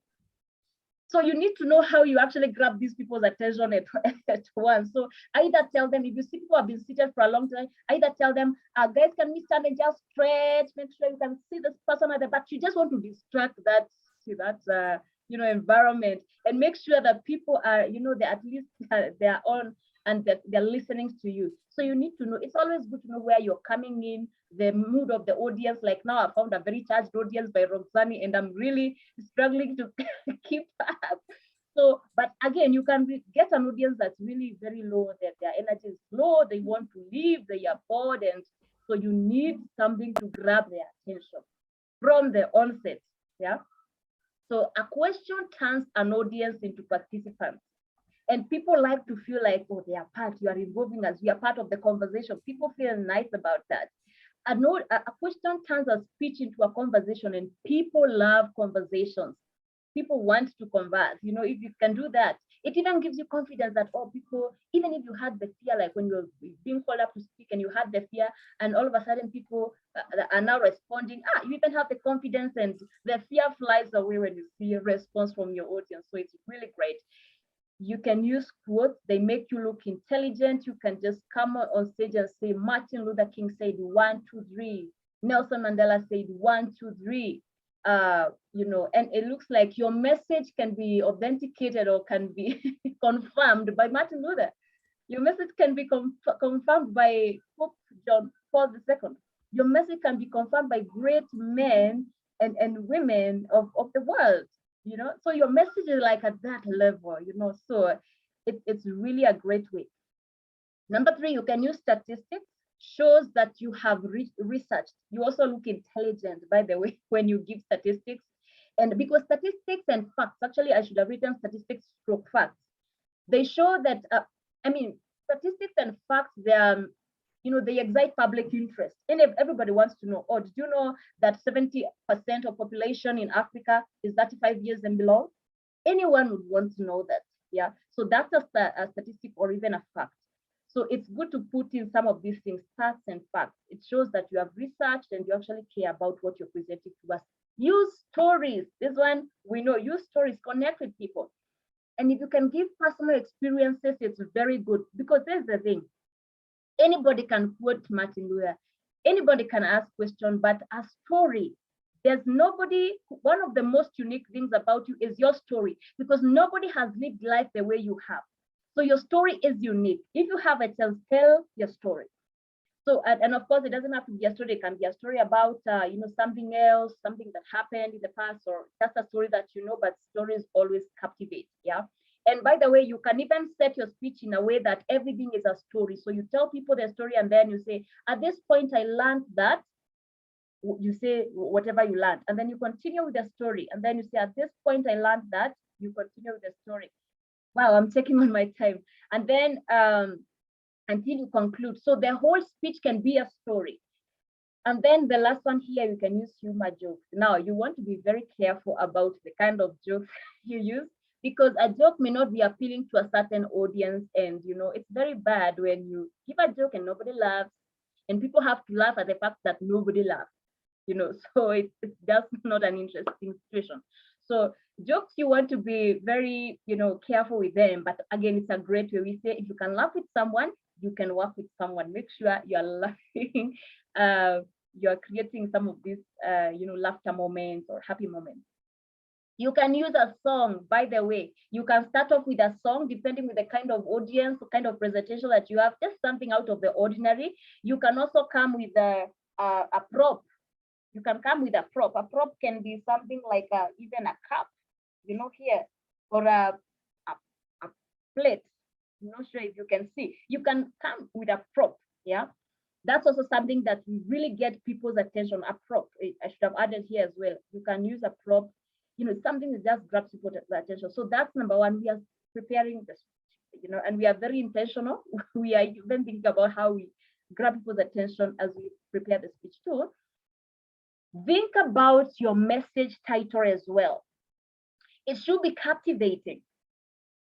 Look, listen, if you hear the word, you know, these are two, you know, trainings there. One is just public speaking. The other one is master the art of public speaking. Which one will you go to? Which one do you want to attend? Let me see in the comment section. One is just called public speaking. The other one is master the art of public speaking. Which presentation do you want to attend? Is it the first or the second? One or two? One or two? Coach John, what are two. Master the art of public speaking. Two. I think everyone's got two. Exactly, it's master the art of public speaking. So we need to think about some very captivating titles that, you know, really excite people. Oh, this looks interesting, you know, like and these days I'm seeing people come with very contradicting titles, like the world is not round, you know, and we want to see, okay, so the world is rectangle or what? I want to listen to that because you know, it's captivating and it's contradicting. Yeah, the message title should be captivating. We should think about that. And then also from there, you want to make the problem statement. Your speech is an opportunity to solve a problem your audience have. You must always be solving a problem. What problem are you solving? And that's why I was asking, what's the purpose of this speech? Must you tell it? What's the intention? It better be solving a problem that people have. So you want to make sure that at least you create a very strong problem statement. And that is why for me, I was giving you all those stats, of glossophobia, the percentage of people suffering from this, some of the studies that have shown that people would rather prefer death than speak in public, yet they need to speak in public for them to keep on, succeed in different areas in life. So your speech is an opportunity to solve a problem that your audience have. So make sure the problem statement is strong until you get us on their side. This is a problem, whether it is gender inequality. Show us how gender inequality is so bad, is so wrong, and it's really robbing women or men opportunities and then just what make us feel the pain, This is where you make us feel the pain, make us feel, we want to listen. No, what are the solutions? And these are the solutions that you have brought us, okay? And then from there is the structure. I'll move very fast now. The structure. Now, the structure, you want to build your body with a structure in a way people will remember. So like say the 3 C's of change, like that. That's a structure people will not forget. People can forget everything else, but they will not forget the 3 C's. That's a structure. 5 P's of purpose or whatever it is. This is just ways. Structure can be many things, but it would be very good if it's a structure that is memorable. 7 key points. Or you can even say today we'll speak about the only one thing, the one thing that will eradicate poverty in Pakistan, eradicate poverty in Kenya. One thing. Yeah. So build the body with at least with a memorable, something that is memorable. The structure should be memorable. 3 C's of change. That's a structure. We'll not forget that. And then from there, we come to the conclusion or summary. Recap your message in not more than 15 seconds. Recap your message. If you go to 20 seconds, 30 seconds, 1 minute, now you're repeating the whole thing. And it becomes a bit boring in a moment, so you don't want to go beyond 15 seconds. So you can see, so we've spoken about the 3 C's of change. What was the first C, the second C, the third C, at least it shouldn't go more than 15 seconds. And then from there, now we come to your call to action. What's your call to action? Because we said you want to get something from your audience. You have given them something, you want to get something from them. So, and this is where you can now say, please, if you forget everything else, remember the 3 C's of change, or remember the 5 P's of make sure that people, so that, because you're also creating some memorability, people remember, oh, you're the one who spoke to us about the 5 P's. Yeah, I never forgot that, yeah. So this is where you make the call to action, and also, just resound your message, tell people, oh, they need to join your course, they need to subscribe, they need to come on board, they need to partner with you, they need to, you want that. And so make your call to action very clear. Okay, yes, so after the call to action, you can actually finish here at call to action. And the same way you started with the grabber, you can also end with a question. You can also end with a question or a great statement, or even a quote. You can end with a quote, and you can end with a song. You can end with all of this with a joke. You can, the same grabbers used from in the beginning, you can use them at the end. So and that way, it will be people will, or even a song or something that people chant, people can say after you. So you can end it like that. So the same way you started, the same way you can also finish, but you need to make sure that it's resounding. Like if people even forgot anything else, they will remember the last statement that you made. Yeah. So I think I think our time has really much gone. And I don't think we'll be able to cover the second part. That is, how do I deliver in confidence? How do I build confidence? And how do I deliver in style? But these ones we'll be doing them. I'll be offering a meeting. I'll be offering a conference where we are going to be handling that. So, but for this, I think we'll just do the building a message. And I think tomorrow we are going to be having Coach John, who will be speaking about communicating with someone important. Coming up as well, we'll be having Brita, who will speak about that is on Friday, cross-cultural communication and cultural maps. Sarah will also be speaking about emotionally intelligent communication, learn how to master the dance of communication. I mean, some of these skills you're also going to be getting in the coming sessions. And so stay tuned for tomorrow for Coach John. Let's connect. Those are my Facebook, my Twitter, my Instagram. Kindly let us connect. LinkedIn.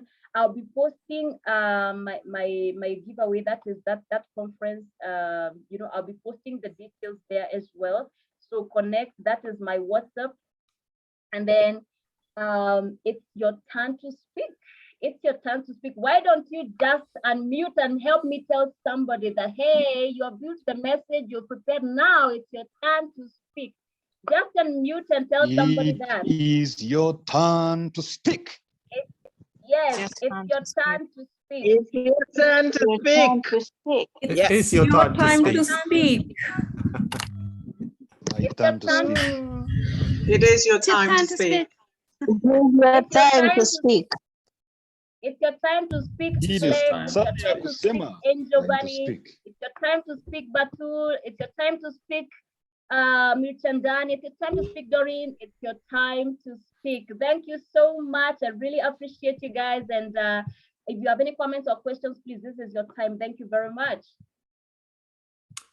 Thank you, Sarah. That was so much information there, Sarah. That was really great. Can I just ask, so you're going to do a bonus? Can I ask Arafat, everybody's bonuses will be put on a spreadsheet and you'll release those or put them on the last day of the conference? I think that's right, Arafat. Everybody's okay. If he's still there, I think it'll be on the website, but I think on the last day of the conference, the symposium, we'll have everybody's bonuses listed up there. You're that was really great. All the complimentary sessions will be consolidated, and Arafat will be sharing with all the participants after the symposium. Perfect. I'd really like to hear the sort of the other parts of your speech, Sarah. There's so much information there, and you just sort of, there's a whole lot more. That's great. I do remember one of the important things that you said.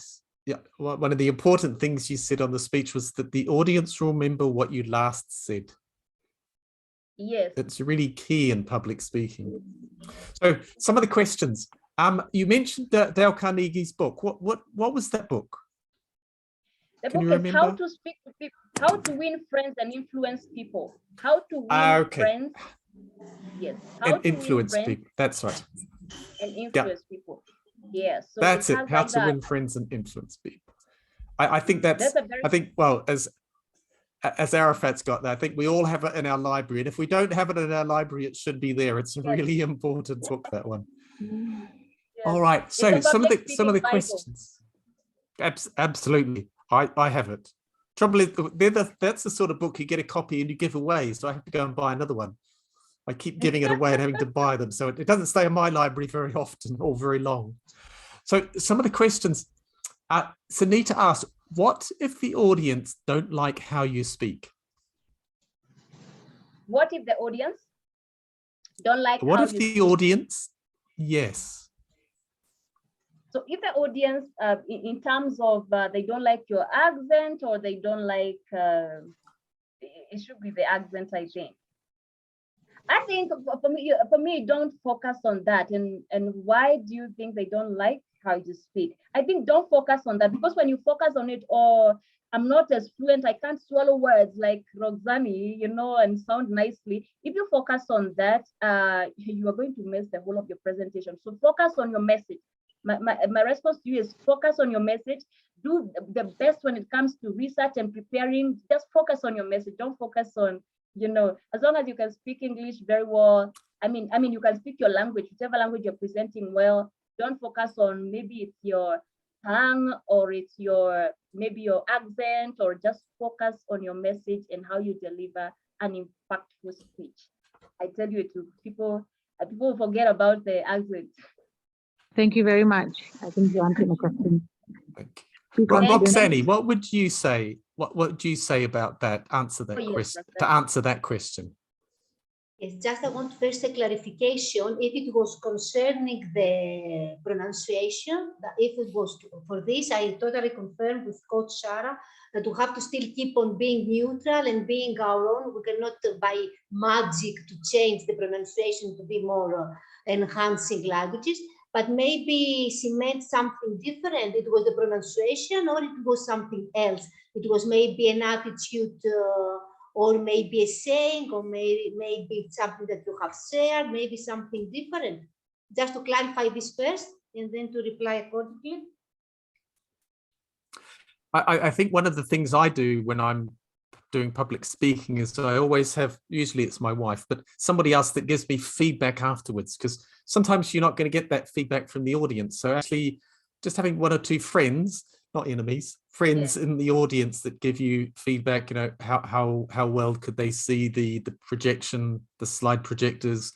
Did I go too fast? Did I talk too slowly?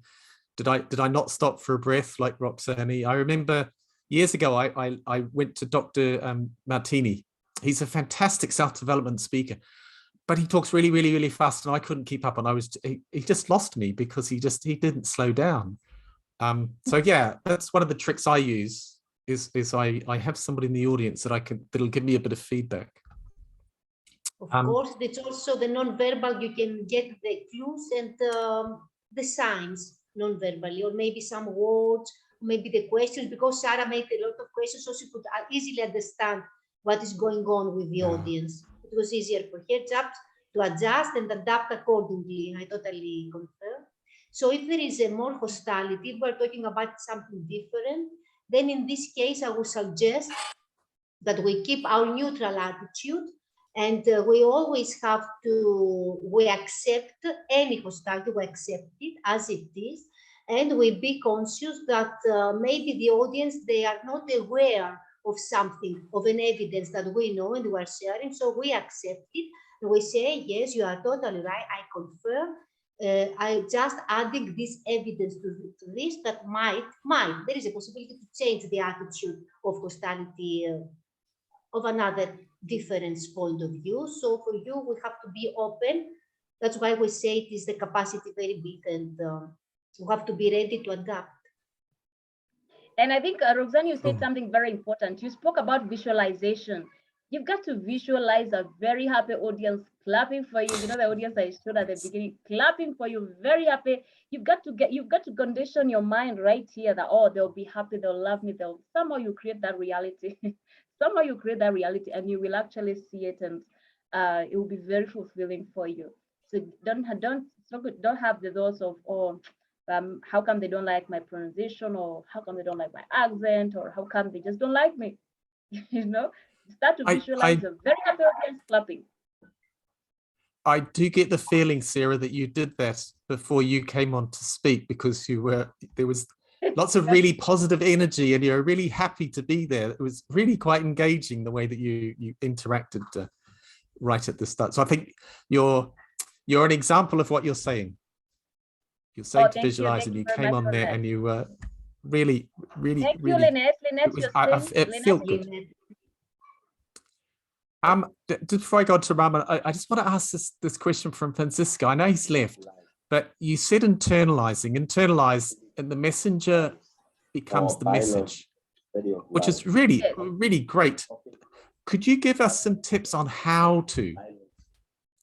Really good concept, but how? How? So this is a thing. You want to speak about things you're passionate about in the first place. If it's a speech you're giving, speak about things you care about, things you're passionate about. That way, the message will be very natural. It will come off naturally because it's something that you care. If you care about something, people will know. You know, we will know. So first of all, speak about things you care about, not things that, you know, it's just a topic that was pushed to you and then you say, oh, I can research one, two. Speak about things that you're passionate about. That way, it will be in you. We will see it, you know. And for me, I think that's the first thing. That's the first thing. And then also, I think it's also the way you are able to, the kind of energy that you use as well, because you know, your energy is also very key. You know, you can't be speaking about passion. You know, like introducing yourself, I'm passionate about, and you're introducing yourself like, I'm passionate about public speaking. We can't see the passion. We want to see the energy. Passion is energy.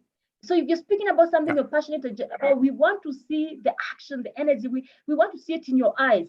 We want to see it in your face, we want to see it in your body. So the energy should also be, we should work on the energy as well.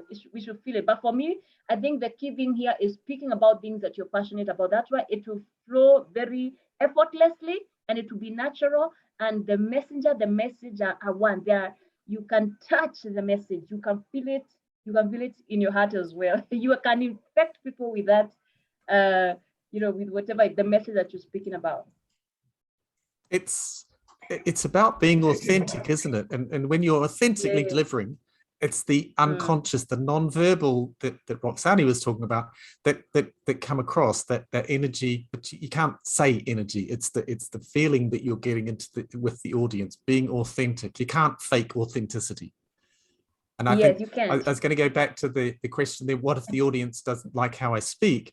Quite often you'll get speakers that are speaking about something they don't agree with, or even if you're just chatting to somebody and they're speaking words, but their body's saying something else. And then it's not that we maybe consciously see it, we feel that, I don't know what it is, but something about this speaker, it doesn't feel right. Exactly. It's really hard. It's really hard to do that. Thank you, Sarah. Dr. Rahman, you've got your hand up. Yes. What would you like to ask? First of all, congratulations, Roxani and Sarah, for a fantastic session. Your expressions, your content, and your gestures really reflected in the topic that you're talking. So amazing. And thank you, John, for coordinating it so well, energetic. I just wanted to share a little tip. Many years back, I had learned that, when you want to go into public speaking, stand in front of a mirror, and many people have used it so that they know how they are, they can see themselves, their gestures and their face expressions. So many people use that trick, but I have rarely used it for myself, but many people use that trick. And secondly, using a recorder, you can get a cheap recorder in the market and record your, that's another way of, getting to know how you speak. Just wanted to share these. Thank you. Congratulations again for fantastic sessions. Love these. Thank you, Dr. Rahman, Dr. for that. Rahman. Yes, It's having these little tips to practice and to get that immediate feedback. Quite often, if we're standing in front of an audience delivering, we don't really get any feedback except sort of the reaction that we get from the audience, and that can either be positive or negative. We struggle with the little bits and pieces. In front of a mirror or a recorder, we can really sense the importance of having a silence to make a point. And you don't get that from the audience, but you get it on a recorder. You can, okay, yeah, that worked. Yes. I've got another question. I've got another question here, Sarah. You talked about the 3 C's and the 5 P's. Yes. What do the C's and P's stand for? What are the 3 C's? She didn't elaborate. Okay, I think that was just an example that I was using of a structure that you can use, but the 3 C's of change, yes. I think there are choices, chances, and there's another word. It was just the example I was using. I think, yeah, there are choices, there are chances. The other one I'm forgetting, but yes, the 5 P's of passion, there's passion, purpose, preparedness. There are 5 of them, but I mean, I was just using some examples right there. It can be, the 3 T's of whatever it is. It can be, it's just a structure you're coming up with and something that's memorable. Just that, because you want your speech to be memorable. Yes. I may not remember what they were, but I know they are there. I think one of the structures I remember I was told was say what you're going to say, repeat what you're going to say, and then at the end say it again. So the structure is actually saying the same thing 3 times, because people are only going to take away 3 or 4 things from your speech, usually the last thing you say. Yes. So you need to sort of emphasize the message, and not more than one or two or possibly three messages from the actual speech. But yeah, the people have different types of structures. Roxani, Nitin's written a thing here. He takes a note. He does a summary of each speech, and he's just saying on there that he's going to have a tough task of writing your session up because there was so much going on. I'm interested as well. How do you write your speech up? Do you actually write it out, or do you just in a couple of sentences, not too long, but how do you get all the speeches and the nuances and the moving into the camera and speaking with a lower voice and then coming back, and you can't write that in? How do you do it? A lot of practice, and I imagine it. I imagine what's necessary. For example, I was wanting to find a rhetorical. I knew about the rhetorical question that I have to point it out in the beginning because it's strong. So I'm looking through theater, where else to find something theatrical that will intrigue the interest. So I make my survey, the invention box, and I find 1 or 2, 3, and I say, no, I can do this better. So I have chosen Juliet. So it's like this. So during the process, I was looking to find a lot, and then I have picked up the one that it was more aligned to me and resonated with me. So to do it, to perform better. That was the process. But I have written it down first. 3 times. It's not I have easy to written put it that. down. Just to know, 3 times. I changed it. Yes. I'll be fascinated to listen to the summary, Nitin, that you're going to write up. There's so much. The body language you can't write into a summary. And that's where the energy comes across. Martin Luther King's was the words, but the emphasis, of the nuances that we bring in change the way that people feel about how we've spoken. It's quite fascinating. So I've got a Sarah a question here for Sarah. How to behave when you have to speak to an audience that may know more about the subject than you do? Yes. So I Sarah, think. Sorry, Sarah. Can I just jump in there, Sarah? You can pass the question to Roxani if you'd like. Yes, please, Roxani, please. It's glad. Yes, because I was ready to reply. Because why?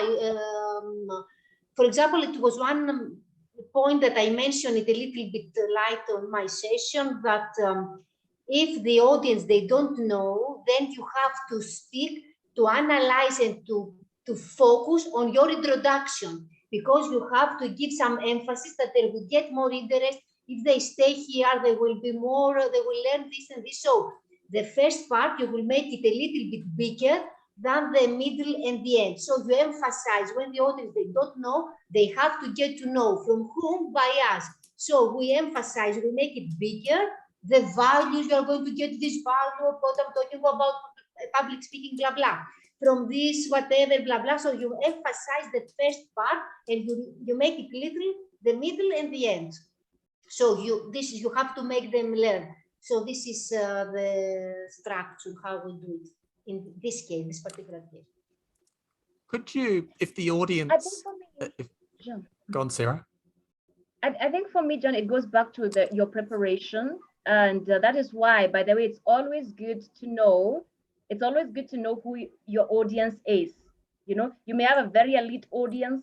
You need to know who your audience is. Even when you're invited anywhere to speak, I think it's always good to ask who is the audience, and, you know, it's good, just ask, you know, about the audience so that you know. And then also I want to say your delivery skills, and this is what we didn't look at. You know, how do I deliver in style? It's how you also deliver the message. You see, you can repeat the same message, I have a dream, or you know, just a simple message or something that people know, but how you say it, maybe it's a pose that you used, or it's you know, your stage presence, or it's your confidence, how you said it. It just, you know, it was just amazing. It just came in a whole different way, and people saw it in a whole different way. So it's also in the style that you use to deliver that message. It also matters a lot. Could you ask the audience to interact with you? So if the audience does know as much as you do about the subject, you might get some interesting angles from the audience. How would you deal with that, Sarah? Would you ask the audience to make comments, or is that a bit dangerous? No, actually, that would be very good because you also want to learn from your audience. You see, this is what our teachers would do when we were in university in school. When a student asks a question that that the teacher doesn't know, they will say, "Okay, can you try and answer him? This one is so, you know, this one anyone can answer, and I will leave it to you." So they actually throw the question back to us, and actually we would answer. Sometimes we find people have answers. So it's always good if you have an opening or an opportunity, ask them for their views and let them discuss. Let it be a discussion, a conversation. It becomes so good. Now you learn. And you are also, at this time when they are discussing, you are also putting your lines together. You're also putting, constructing your own sentences and how to put it. So you are also learning, and you know, you're able to capture now everything together again, having listened from everyone. So it's actually a very good, but you need to, you know, put it in a very good way so that you don't look like you don't know. You're asking because you don't know yet you are the one speaking. You don't want it to look like that.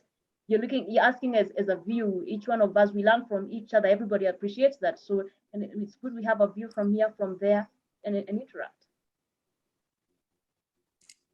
What happens, Roxani, when somebody asks you a question that you don't know the answer to? I will say that I will come back. I will ask for an email or telephone. It depends if he's in Greece, his WhatsApp number. I will say the truth. I cannot hide. You have to say the truth, that really, but it's very interesting what you are asking. I want to learn, to progress. At this stage, I don't know, but I would like to learn more, and I will come back to you soon. What else? This is, I don't know, my fellow coach. What will be your reply if you don't know?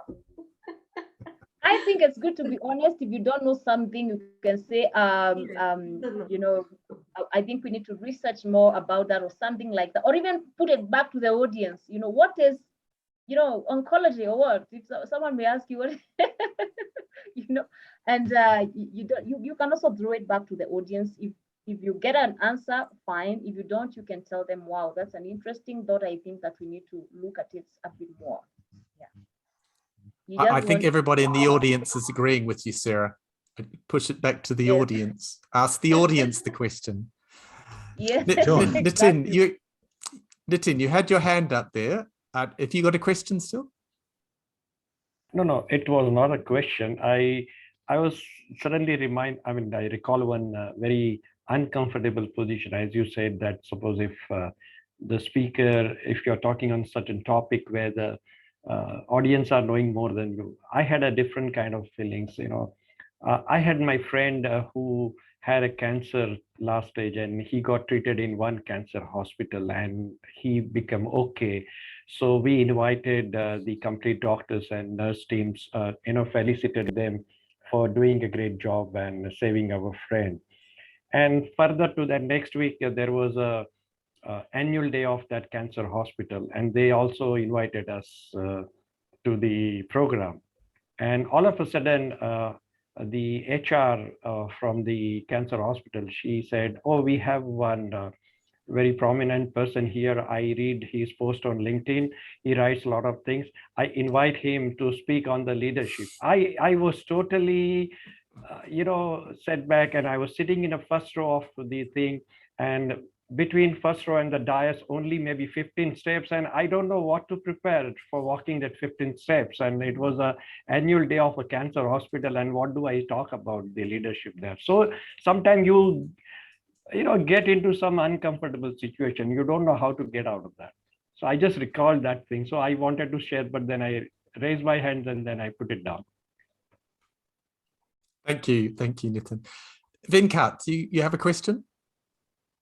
Actually, kind of a sharing also. When the question was asked, you know, what if you come across audience who, you know, they know more than you? For me, that's easier than audience who think that they know more than you. That's a tougher audience to handle, actually.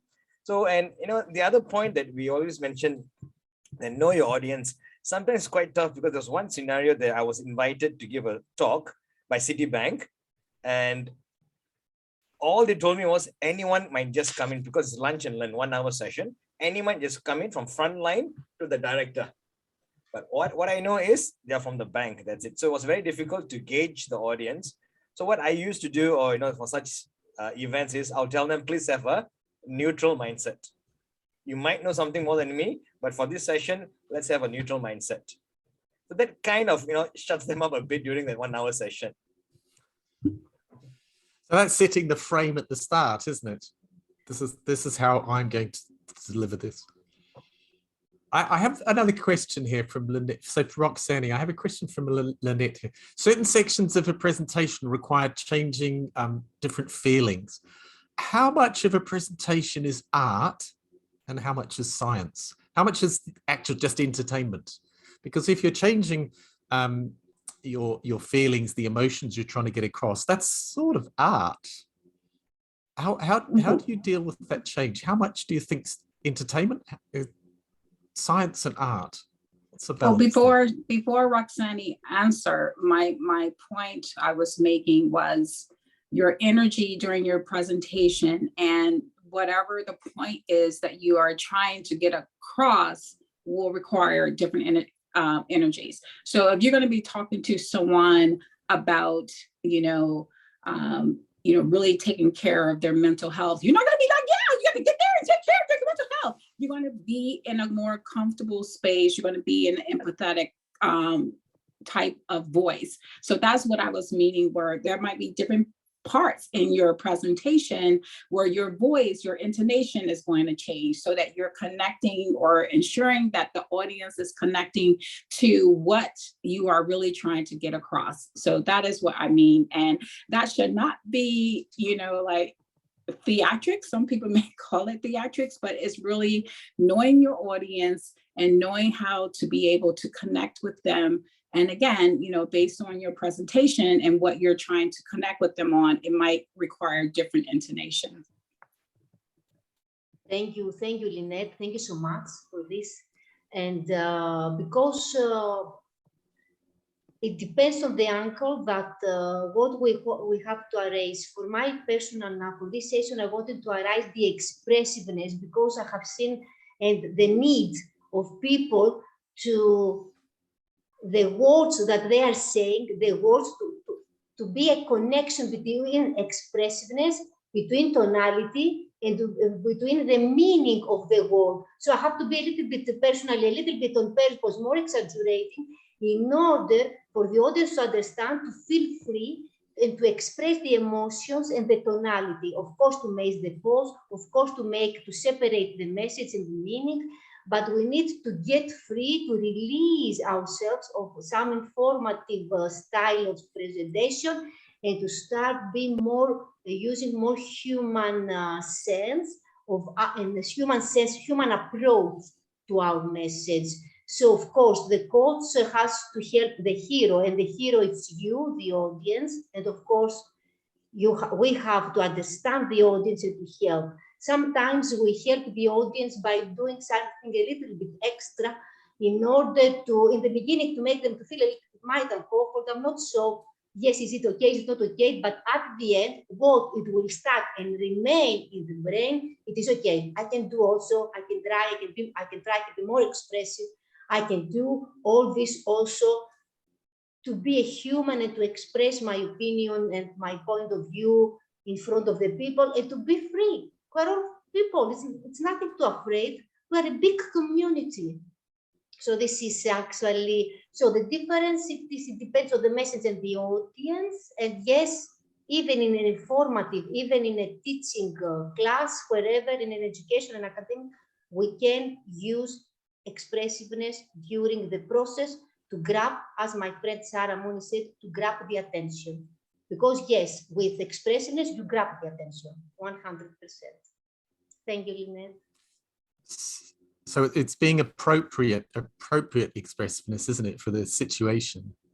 Do you have anything to say, Sarah, do you have anything to comment on that?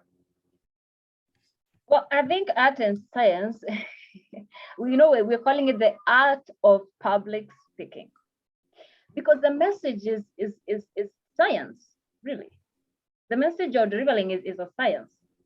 So, but to make it more in science, you know, we just need to come and read. You know how our lecturers in college used to read those notes for us like that. Science, that's science. The way we would be bored, we are all sleepy. So how, you know, so you need the art to make it more interesting, to connect and interact with people.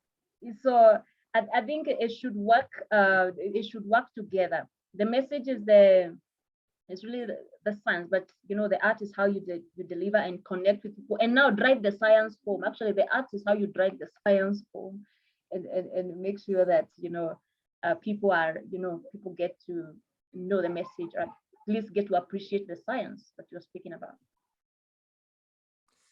I think for me, it's the message for sure, but then I'm also reading the audience. If the audience is starting to drift into their smartphones, I need to do something, and I can't change the words. So what else can I do?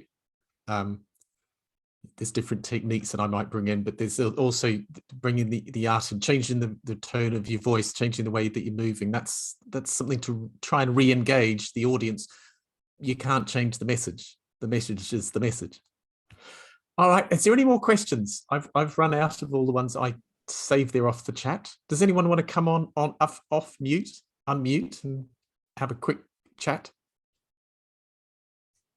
Well, we've all been quiet today. Nobody else? All right, I think we've probably just about used up our time anyway. So thank you very much, Roxani and Sarah. They were fantastic talks today. That was really good. Thank you all. And then your bonuses. Thank you so much, everyone. Thank you. And the bonuses that you both have. Thank you. Appreciate. See you at the bonus session. See you tomorrow. It will be called John's session. That's me. So yes, I'm Thank talking you, Sarah and tomorrow. Roxani. Yes, tomorrow. Can I just take over the stage for a while?